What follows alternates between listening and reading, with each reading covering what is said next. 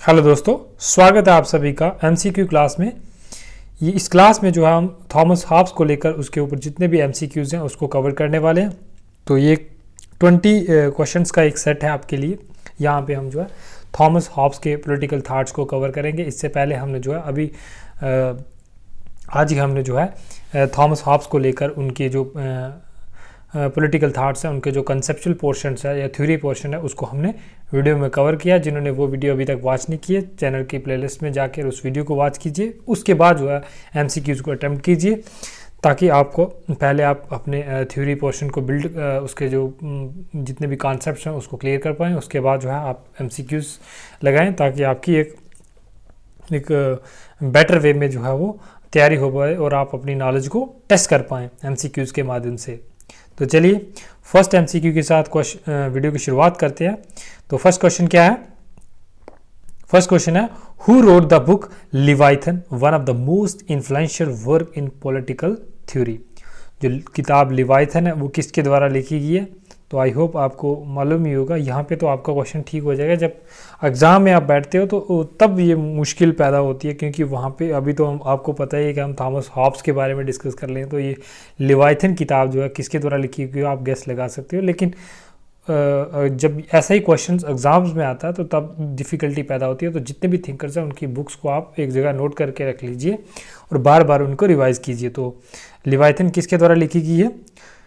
Option number A John Locke, B Thomas Hobbes, C Jean Jacques Rousseau या D Plato. तो ये आपको पता ही है, इसमें ज़्यादा टाइम वेस्ट करने की ज़रूरत नहीं है। थॉमस हॉब्स के द्वारा लिखी गई है। ऑप्शन नंबर बी जो है वो सही है। चलिए नेक्स्ट डिस्कस करते हैं। सेकंड क्वेश्चन की तरफ बढ़ते हैं। According to Hobbes, what is the state of nature according characterize by. State of nature के क्या करेक्टरिस्टिक्स हैं थॉमस हॉब्स के मुताबिक? उसमें क्या है? कॉर्पोरेशन एंड हार्मोनी है, B war of all against all है, या सी डेमोक्रेटिक सोसाइटी, या फिर डी सोसाइटल सोशलिस्ट सोसाइटी है। तो नेचर, स्टेट ऑफ नेचर क्या है, उसमें कौन से करेक्टरिस्टिक्स पाई जाती है, उसकी क्या करेक्टरिस्टिक्स है? तो ऑप्शन नंबर बी जो है वो सही है, क्योंकि वहाँ पे वार ऑफ ऑल अगेंस्ट ऑल है। मतलब वहाँ पे इंस्टेबिलिटी है और क्यास है। हर एक व्यक्ति जो है अपने सेल्फ इंटरेस्ट को पूरा करना चाहता है और एक दूसरे के साथ वो इस कन्फ्लिक्ट में आता है, क्योंकि कोई भी गवर्नेंस अथॉरिटी नहीं है, कोई भी कंट्रोल करने के लिए कोई भी सॉवरेन टाइप अथॉरिटी नहीं है जो लोगों को कंट्रोल कर सके। चलिए नेक्स्ट क्वेश्चन की ओर मूव करते हैं। नेक्स्ट क्वेश्चन क्या है? Question number third, what term does Hobbes use to describe the natural condition of mankind without a political authority? बिना पॉलिटिकल अथॉरिटी के जो इंसान की नेचुरल कंडीशन किस तरह की है, कौन सा इसमें से सही है? Option number A social contract, B state of war, C state of nature, या डी नेचुरल लॉ। तो इनमें से कौन सा सही है? जहाँ पे कोई भी ऐसी कंडीशंस में जहाँ पे कोई भी पॉलिटिकल अथॉरिटी नहीं है तो उसको हॉब्स क्या कहते हैं? ऑप्शन नंबर सी जो है वो सही है, स्टेट ऑफ नेचर उसको कहते हैं थॉमस हॉब्स, क्योंकि थॉमस हॉब्स के मुताबिक जो पॉलिटिकल अथॉरिटी है वो एब्सेंट होती है कहाँ पे? इन द स्टेट ऑफ नेचर। तो हम जल्दी जल्दी डिस्कस करेंगे, यहाँ पे कुछ समझने वाला है नहीं, क्योंकि जो भी हमने यहाँ पे एमसीक्यूज़ में कवर किया वो ऑलरेडी आपने वीडियो में मैंने उसको डिटेल में कवर किया। तो यहाँ पे आप सीधा एमसीक्यू देखेंगे और उनको जल्दी से अटैम्प्ट करने का प्रयास करेंगे। Question number 4, in Hobbes view which of the following best describe human nature. इनमें से कौन सा जो ऑप्शन है वो बेस्ट डिस्क्राइब कर रहा है ह्यूमन नेचर को? Option number A altruistic, B social, या सी सेल्फिश एंड कॉम्पिटिटिव, या डी रैशनल एंड कोऑपरेटिव। तो इनमें से किस तरह की ह्यूमन की जो बिहेवियर है अकॉर्डिंग टू हॉब्स? तो ऑप्शन नंबर सी जो सही है, ह्यूमन बिहेवियर किस तरह का है? सेल्फिश है और कॉम्पिटिटिव है। वो हमेशा खुद के सेल्फ रिजर्वेशन के की तरफ उसका फोकस होता है। चलिए क्वेश्चन नंबर 5 की ओर बढ़ते हैं। Which concept did Hobbes argue was necessary to escape the chaos of the state of nature. इनमें से क्या चीज़, कौन सा ऑप्शन है सही है कि जो इम्पोर्टेंट है किसके लिए, जो भी क्यास हैं स्टेट ऑफ नेचर उनको दूर करने के लिए। तो ऑप्शन नंबर ए डेमोक्रेसी, क्या डेमोक्रेसी से क्यास को रिमूव किया जा सकता है, या बी एब्सोल्यूट सॉवरेनिटी की मदद से, या सी इक्वालिटी की मदद से, या फिर डी फेडरलिज्म। तो इनमें से क्या कौन सा ऑप्शन सही होगा अगर आपने क्यास को रिमूव करना in the state of nature according to Hobb, तो इनमें से कौन सा सही होगा। ऑप्शन नंबर बी जो है वो सही है, क्योंकि एब्सोल्यूट सॉवरेनिटी की आवश्यकता है अकॉर्डिंग टू हॉब। एक सॉवरेन अथॉरिटी होनी चाहिए जो अनडिवाइडेड हो, जिसके पास एब्सोल्यूट पावर हो। चलिए नेक्स्ट क्वेश्चन की ओर मूव करते हैं, क्वेश्चन नंबर 6 की। 6 क्या कह रहा है, for Hobbes the social contract is an agreement among individual to do which of the following. जो सोशल कॉन्ट्रैक्ट जो एक एग्रीमेंट है अमंग इंडिविजुअल व्यक्ति के बीच में, to do which of the following, किस लिए वो कॉन्ट्रैक्ट होता है। Option number A obey natural laws, B form a religious society, या फिर C create a sovereign authority, या फिर डी एस्टेब्लिश्ड इकोनॉमिक इक्वालिटी। तो इनमें से कौन सा ऑप्शन सही होगा। क्वेश्चन नंबर 6 का जो आंसर है वो आप मुझे कमेंट सेक्शन में दीजिए, वहाँ पे मैं देखता हूँ कि आप सभी में से कितने लोग जो है इस क्वेश्चन का आंसर सही देते हैं। तो आपने बताना कि ये एग्रीमेंट जो हुआ है उससे क्या उत्पन्न होता है, इसको आपने बताना। क्वेश्चन नंबर 7 की ओर मूव करते हैं। What is the primary role of sovereign according to Hobbes. Primary role क्या, जो भी सॉवरेन क्रिएट किया जाएगा, जो सॉवरेन अथॉरिटी इंडिविजुअल के द्वारा क्रिएट की जाती है आफ्टर सोशल कॉन्ट्रैक्ट, तो उसका प्राइमरी रोल क्या है। Option number A to provide wealth, B to ensure moral values, to maintain peace and security, या फिर डी टू प्रमोट डेमोक्रेसी। तो इनमें से कौन सा ऑप्शन सही होगा। हॉब्स के मुताबिक ऑप्शन नंबर सी जो है वो सही है, क्योंकि जो सॉवरेन है वो क्या करेगा, to promote peace and security. चलिए नेक्स्ट क्वेश्चन, क्वेश्चन नंबर 8 की ओर मूव करते हैं। Question number 8, which of the following best describe Hobbes view of sovereignty. Hobbes के जो व्यूज़ हैं सॉवरेनिटी को लेकर जो विचार है उनमें से कौन सा ऑप्शन जो है सही है। Option number A it can be shared among institutions, जो सॉवरेनिटी है उसको हम शेयर कर सकते हैं बिटवीन डिफरेंट इंस्टीट्यूशंस, जैसे लेजिस्लेचर हो गया, एग्जीक्यूटिव जुडिशरी, जो गवर्नमेंट्स के आर्गन उनमें शेयर किया जा सकता है। या फिर B it is divided among classes, या फिर ये डिफरेंट क्लास के बीच में जो है डिवाइड की जा सकती है। या फिर option number see it must be absolute and undivided, या फिर ये एब्सोल्यूट होगी और अनडिवाइडेड होगी। या D it can be regulated by the people, या फिर इसका संचालन लोगों के द्वारा किया जाएगा। तो कौन सा इनमें से सही है क्वेश्चन नंबर 8 का। क्वेश्चन नंबर 8 का ऑप्शन नंबर सी जो है वो सही है, क्योंकि पावर अकॉर्डिंग टू हॉब्स जो है वो एब्सोल्यूट और अनडिवाइडेड होगी, जो सॉवरेनिटी है। चलिए क्वेश्चन नंबर 9 की ओर मूव करते हैं। According to Hobbes which of the following is a fundamental reason for the formation of society. Hobbes के मुताबिक क्या कारण था जिसके कारण सोसाइटी का निर्माण हुआ। Option number A religious worship, या फिर B economic corporation, C protection of individual life, या फिर डी कल्चरल डेवलपमेंट। तो किस लिए सोसाइटी का निर्माण हुआ। ऑप्शन नंबर सी जो है वो सही है, क्योंकि हॉब्स जो है इंडिविजुअल्स की प्रोटेक्शन और सर्वाइवल की ओर को इम्पोर्टेंस देते हैं, तो इसलिए उनके मुताबिक सोसाइटी का जो है निर्माण करने का एक मुख्य कारण है कि प्रोटेक्शन ऑफ इंडिविजुअल्स। चलिए नेक्स्ट क्वेश्चन, क्वेश्चन नंबर 10 की ओर मूव करते हैं। क्वेश्चन नंबर 10 क्या कहता है, what is Hobbes famous quote describing life in the state of nature. इंसान की जो जिंदगी है in the state of nature वो किस प्रकार की है। तो हॉब्स जो अपनी कोटेशन के माध्यम से उसको डिस्क्राइब करते हैं, तो इनमें से कौन सी सही कोटेशन है। Option number A life is beautiful and free, B life is short brutish and violent, C life is solitary poor nasty brutish and short, या फिर D life is social and cooperative. तो अगर आपने class देखी है तो अच्छे से तो आपको आंसर मिल चुका होगा, ये फेमस कोट है उनकी। तो ऑप्शन नंबर सी जो है वो सही है। नेक्स्ट क्वेश्चन, क्वेश्चन नंबर 11 की ओर मूव करते हैं। In Hobbes political philosophy which entity has the final say in all political matter? किस अथॉरिटी के पास ये शक्ति होगी कि वो फाइनल डिसीजन वो ले सके?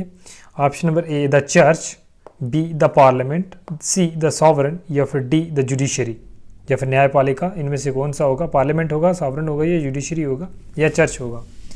तो राइट आंसर क्या होगा? ऑप्शन नंबर सी जो सही है, जो सॉवरन अथॉरिटी होगी, फाइनल पावर उसी के पास होगी according to Hobbes. Question number 12 की ओर मूव करते हैं। Hobbes sovereign can be best described as, जो हॉब्स के द्वारा जो सॉवरन क्रिएट की जाती है उसको आप जो कौन सा ऑप्शन जो है उसको बेस्ट डिस्क्राइब कर रहा है? Option number A monarch elected by people, B body with absolute power, C group of aristocrats, या फिर D parliament accountable to the public. तो हॉब्स के द्वारा जो सॉवरन होगी वो कैसी होगी? वो एक ऐसी बॉडी होगी जिसके पास एब्सोल्यूट और अनडिवाइडेड पावर होगी। तो इस हिसाब से आप आंसर कौन सा होगा? बी, क्योंकि जो सॉवरन अथॉरिटी होगी उसके पास कौन सी पावर होगी? एब्सोल्यूट, एंड दूसरी कौन सी? अनडिवाइडेड पावर होगी। ठीक है, चलिए क्वेश्चन नंबर 13 की ओर मूव करते हैं। 13 क्या कह रहा है? What does Hobbes believe about rebellion against the sovereign? Rebellion मतलब जो विद्रोह है उसके बारे में, सॉवरन के प्रति जो विद्रोह है उसके प्रति हॉब्स के क्या विचार थे? Option number A it is a right of the people, मतलब लोगों का ये अधिकार है, वो जो गवर्नमेंट है या फिर जो एब्सोल्यूट अथॉरिटी जो लोगों के द्वारा चुनी जाती है आफ्टर कॉन्ट्रैक्ट, तो उनको राइट है कि उसके अगेंस्ट जा सकते हैं। या फिर B it is justifies in case of operations, अगर जो सरकार है या फिर जो सॉवरन अथॉरिटी है वो क्या करती है, लोगों के साथ उनका शोषण करती है, तो उस कंडीशन में अगर लोग रिबेल करते हैं, उनके खिलाफ हो जाते हैं या उनके खिलाफ विद्रोह करते हैं, तो ये जस्टिफाइड है अकॉर्डिंग टू हॉब्स। या फिर C it should never be allowed, कभी भी लोगों को जो है इंडिविजुअल्स को कोई हक नहीं है वो सॉवरन के खिलाफ जो है रिबेल करें। या फिर D it is a form of expression. तो इनमें से सही क्या होगा? सही होगा ऑप्शन नंबर सी जो है वो सही है, मतलब वो इंडिविजुअल्स को राइट टू रिबेल नहीं देते हैं, उसके लिए अलो नहीं करते हैं। उनका मानना था कि अगर लोगों को ये राइट मिल जाएगा तो एक बार फिर से क्या होगा, जब एब्सोल्यूट अथॉरिटी के लोग खिलाफ हो जाएंगे तो वो जब हटा दी जाएगी तो फिर से इंडिविजुअल जो है स्टेट ऑफ नेचर की तरफ चले जाएंगे, तो फिर से क्यास और कन्फ्लिक्ट हो जाएगा। इसलिए सॉवरन को जो है एब्सोल्यूट पावर दी जाती है। तो क्वेश्चन नंबर 14 को देखते हैं। 14 क्या कह रहा है? According to Hobbes why should individual submit to the authority of a sovereign? Individuals खुद को जो है सॉवरन के को सरेंडर क्यों कर दें, या फिर अपने राइट्स को सॉवरन अथॉरिटी को क्यों सरेंडर करें? ऐसा क्यों, किस लिए? टू गेन पॉलिटिकल पावर को पाने के लिए, to avoid the fear of death, जो फियर ऑफ डेथ है उसको अवॉइड करने के लिए, या फिर सी टू अचीव हैप्पीनेस, या फिर D to fulfil religious duties. तो सॉवरन को सारी नेचुरल राइट्स को देने का एक ही का पर्पज़ था, मतलब सेल्फ प्रिजर्वेशंस। कौन सा था? Self preservation. तो कौन सा ऑप्शन जो है आप सही होगा? ऑप्शन नंबर बी जो है सही होगा, क्योंकि अगर डेथ के डर को दूर करना है तो उसलिए एक सॉवरन अथॉरिटी होनी चाहिए जो लॉ एंड ऑर्डर को मेंटेन करे, तो इसलिए वो सेल्फ प्रिजर्वेशंस को इंडिविजुअल्स का राइट मानते हैं हॉब्स। क्वेश्चन नंबर 15 की ओर मूव करते हैं। Which element is not part of Hobbes social contract theory? Hobbes की जो सोशल कॉन्ट्रैक्ट थ्योरी का इनमें से कौन सा पार्ट नहीं है? Option number A absolute power to of the sovereign, sovereign के पास एब्सोल्यूट पावर होनी चाहिए। B right to private judgement होना चाहिए। या फिर option number C renouncing certain freedom for security, अपनी सेल्फ रिजर्वेशन के लिए इंडिविजुअल्स को कुछ जो है फ्रीडम्स को रिनाउंस करना पड़ेगा, त्यागना पड़ेगा। या फिर एग्रीमेंट अमंग इंडिविजुअल्स, जो सॉवरन है वो एग्रीमेंट्स है।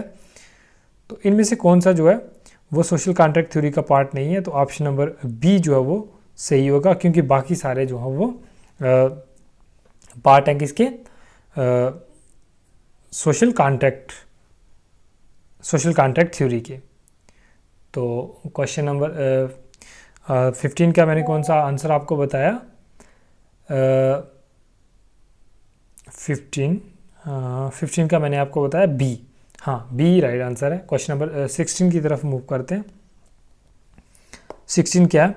Hobbes viewed human being as a primary driven by which two factors? Human being जो कौन से दो फैक्टर्स से जो ड्राइव होता है उसको मूव चलाने का काम करते हैं? Option number A morality and charity, B reason and cooperation, C fear and desire for power, या फिर डी हैप्पीनेस एंड फ्रेंडशिप। तो कौन से दो फीचर हैं, सॉरी दो वैल्यूज़ हैं जो इंडिविजुअल्स को, कौन से दो फैक्टर हैं वो इंडिविजुअल को चलाने का काम करते हैं? ऑप्शन नंबर सी जो है वो सही है, fear and desire for power. चलिए नेक्स्ट क्वेश्चन, क्वेश्चन नंबर 17 की ओर मूव करते हैं। According to Hobbes which of the following best represent the state of nature? State of nature इनमें से कौन सा बेस्ट डिस्क्राइब कर रहा है? Option number A a peaceful coexistence, या फिर B the absence of common power, C the presence of religious authority, या D a society with law and morality. क्या स्टेट ऑफ नेचर में लॉ और morality होती है? नहीं है। क्या स्टेट ऑफ नेचर में रिलीजियस अथॉरिटी प्रेजेंस होता, या फिर अपीसफुल कोएग्जिस्टेंस? मतलब स्टेट ऑफ नेचर में क्या होगा? एब्सेंस ऑफ कॉमन पावर, वहाँ पे कॉमन पावर जो है वो मिस होगी। तो ऑप्शन नंबर बी जो है वो सही होगा। चलिए क्वेश्चन नंबर 18 की तरफ मूव करते हैं। Hobbes believe that law and morality were the product of what? जो लॉ एंड मोरालिटी है वो किसका प्रोडक्ट है? अ डिवाइन कमांड, या फिर B human reason, C sovereign authority, या डी नेचुरल हार्मोनी। तो लॉ एंड मोरालिटी किसका प्रोडक्ट है? Law and morality is the product of sovereign authority का प्रोडक्ट है। ये किसके द्वारा इनका निर्माण किया जाता है, इसको एस्टेब्लिश किया जाता है? Through sovereign. चलिए क्वेश्चन नंबर 19 की ओर मूव करते हैं। What is the name of Hobbes materialist approach suggested that only physical matter exist? Hobbes जो है एक मटेरियलिस्टिक थिंकर थे, तो वो मानते थे कि जो फिजिकल मैटर है उनकी ओर फोकस करते थे। तो इनमें से क्या सही ऑप्शन है? Option number A realism, B dualism, C materialism, या डी आइडियलिज्म। तो जो हॉब्स की मटेरियलिस्टिक अप्रोच है उसको क्या नाम दिया जाएगा? तो ऑप्शन नंबर सी जो है सही होगा। ये तो इजी क्वेश्चन है, मटेरियलिज्म। तो क्वेश्चन नंबर 20 की ओर मूव करते हैं। What did Hobbes regard as the greatest good for individuals? Individuals के लिए सबसे सर्वोपरि क्या है, सबसे ऊपर क्या है? Option number A wealth, power, C survival, या डी हैप्पीनेस। तो इनमें से सबसे ऊपर जो है, सबसे इंपॉर्टेंट क्या है इंडिविजुअल्स के लिए हॉब्स के मुताबिक सी ऑप्शन नंबर सर्वाइवल जो है वो सबसे ज़रूरी है इंडिविजुअल्स के लिए। तो द एंड यहाँ पे आके MCQs एंड हो जाते हैं। ये 20 क्वेश्चंस का सेट था। आई होप आपने मैक्सिमम क्वेश्चंस सही किए होंगे, क्योंकि अभी आपने थ्योरी क्लास पढ़ी और ये क्वेश्चंस भी इजी हैं। तो यहाँ पे क्या होता है कि ये क्वेश्चंस लाने का ये मकसद है कि आपकी जो आप अंदर जो आपने सीखा है थ्योरी पोर्शंस में, तो वो आप अपने यहाँ पे नॉलेज को टेस्ट कर पाएँ। और जब ये आप ये सभी थिंकर्स को पढ़ लोगे तब हम जो है MCQs मिक्स MCQs करेंगे, तब आपको कन्फ्यूज़न पैदा होगी। तो तब जाके थोड़े डिफ़िकल्टी लेवल को भी इंक्रीज़ किया जाएगा। तो इससे क्या होगा, MCQs से आपकी तैयारी हो सकती है। अगर किसी का कोई क्वेश्चन गलत हुआ तो वो वापस जाकर थ्योरी की क्लास को देख सकता है, या फिर कहीं डाउट है तो वो कमेंट सेक्शन में हमें ज़रूर पूछे। तो चलिए वीडियो को यहीं तक समाप्त करते हैं और बने रहिए चैनल के साथ इसी तरीके की और वीडियो के लिए।